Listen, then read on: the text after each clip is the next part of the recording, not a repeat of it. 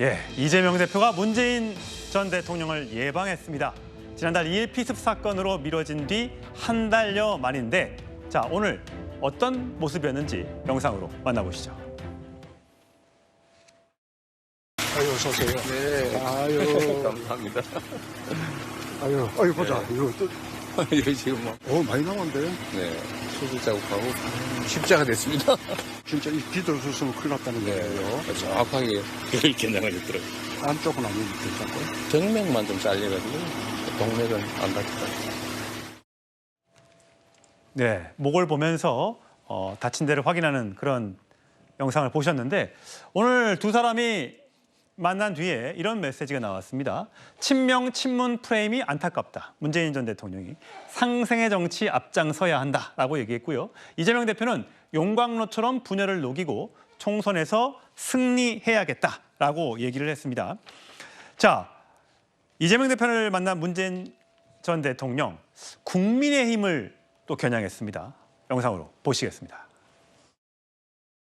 이 대표는 그걸 계기로 민주당이 상생의 정치 좀 앞장서 주기 바라고요. 저쪽은 그런 의지가 없는 정당이고 늘 정오나 적대를 생산하는 것으로 일종의 선거 전략으로 삼는 게 쭉 해왔으니까 이쪽에서 선거 이겨서 정치를 주도해 갈 수 있어야만 비로소 상생의 정치가 가능할 거라고 생각해요. 예, 정건희 대변인. 네. 보면 상생의 정치, 그다음에 증오와 적대를 생산하는 일종의 선거 전략으로 삼는 저쪽 이렇게 얘기했습니다. 저쪽, 이쪽 이렇게 얘기하면서 이겨서 정치를 주도해 나가야 된다라고 얘기했습니다. 결국은 문재인 전 대통령이 정치에 현실 정치에 깊숙이 뭔가 메시지를 던지고 싶다는 그런 느낌이 드는데요. 네. 전직 대통령으로서 상당히 부적절한 발언이라고 생각합니다. 자신이 현직 대통령 시절에 나중에 어떤 대통령으로 어떤 사람으로 돌아가고 싶냐고 하니까 잊혀진 사람이 되고 싶다라고 했는데 예. 퇴임 2년이 좀 안 됐습니다만 그동안 수차례에 걸쳐서 뭐 일로 열거하기 어려울 정도로 수많은 정치적 메시지를 내왔고요. 그런 것들을 통해서 자기 편들만 결집시키려는 노력을 해왔던 겁니다.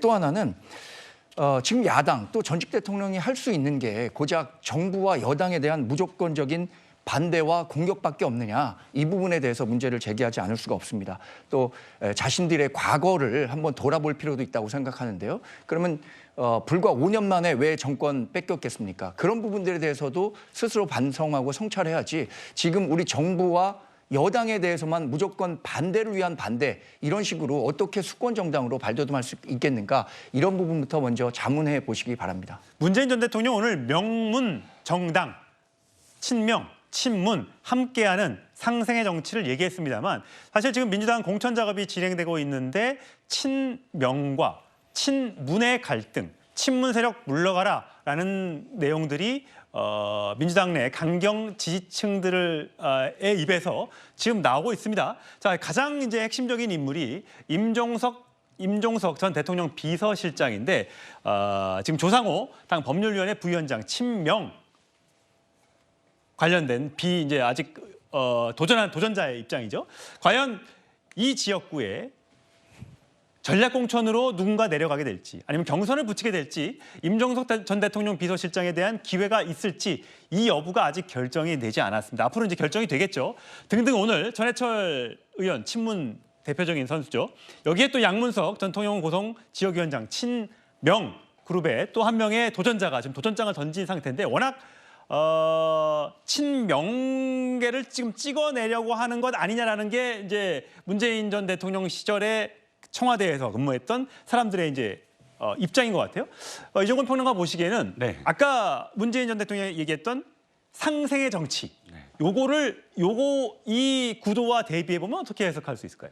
일단 상생의 정치는 아마도 문재인 전 대통령이 최근에 어떤 움직임, 그러니까 최근에 뭐 독도와 관련해서도 목소리를 냈죠. 왜 네, 책 독도 소개하면서. 책 소개하면서 윤 정부의 어떤 독도 정책을 간접적으로 비판하는 등 최근 들어서 계속 문재인 전 대통령은 윤석열 정부를 비판하는 그런 포지셔닝으로 자신의 어떤 정치적 영향을 계속 행사를 합니다. 그런데 그런 장면들이 좀 안타까운 분들이 있을 거예요. 바로 친문 분들인데 왜냐하면 지금 이 표만이 아니라 상당히 많은 지역에서 또 상당히 많은 어떤 목소리가 우리가 친문에 구심점이 없이 다 흩어져서 이렇게 지금 공천에서 학살당한 게 아닌가에 대한 두려움이 굉장히 많거든요. 예. 특히 이제 홍영표 의원이나 뭐 전해철 의원이나 아시다시피 지금 문재인 정권의 문재인 정부 시절에 상당히 많은 역할들을 했던 예. 분인데 지금은 90점이 없이 아까도 말씀을 드렸지만 각각 이렇게 경선 내지는 또는 뭐 여러 가지 어떤 상황들 속에서 도전을 받고 있습니다. 그런 어떤 상황 속에서 사실 문재인 대통령이 어떤 의미에서는 이런 부분들에 대해서 직접적으로 자신이 이야기를 하는 스타일이 아니에요.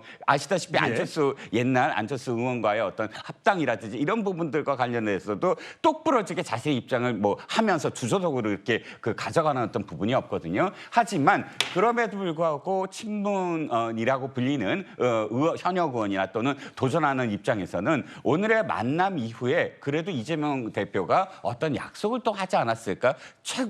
어찌됐든 간에 겉으로 표현되는 것 이외에도 안심하시라라는 정도의 어떤 메시지를 던지지 않았을까라는 아마 희망을 또 가져볼 수 있다고 봅니다. 안에 뭐 오늘 두 사람의 만남 사이에서 뭐 구체적인 공천 얘기는 나오지 않았다고 민주당에서 밝히고 있습니다만 안에 내부적으로 어떤 얘기가 있었는지는 좀 더 많은 취재가 좀 필요해 보입니다. 성치훈 부회장을 보시기에는 오늘 문재인 전 대통령이 이렇게 얘기했대요. 민주당과 우호적인 제3 세력들까지 모두 한데 모아서 상생의 정치로 나아갈 수 있으면 좋겠다.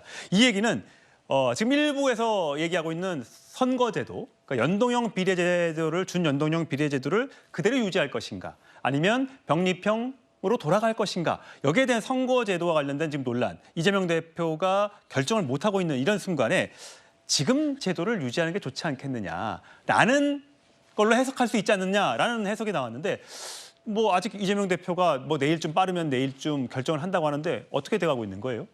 뭐 입장 표명할 때까지는 기다려봐야 될 것 같고요. 그런 다양한 해석이 있을 수 있습니다. 왜냐하면 그 선거제도 자체가 문재인 정부 때 민주당이 주도해서 어떻게 보면 제1야당을 제외한 채 통과시켰던 제도이기 때문에 아마 문재인 대통령께서 그런 것까지 다 포함해서 얘기하셨다기보다는 그래도 최대한 많은 세력, 왜냐하면 우리 당에서도 지금 제3지로 나간 분들도 있지 않습니까? 그렇기 때문에 더 이상의 갈등이나 뭐 분열이나 이런 건 없이 최대한 통합하자는 메시지를 던져주신 것 같고요.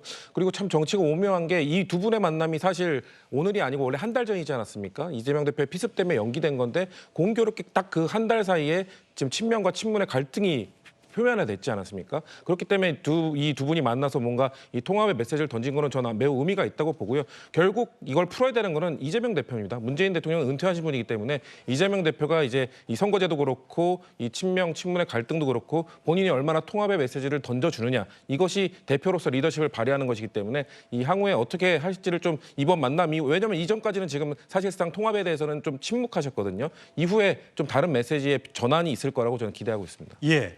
자, 비명계 의원들은 이미 탈당을 한 상태고요. 남아있는 건 이제 친문 세력들인데 여기와 함께하게 될지 아니면 또 다른 갈등의 씨앗이 될지 그 여부는 조금만 더 지켜보도록 하시고요.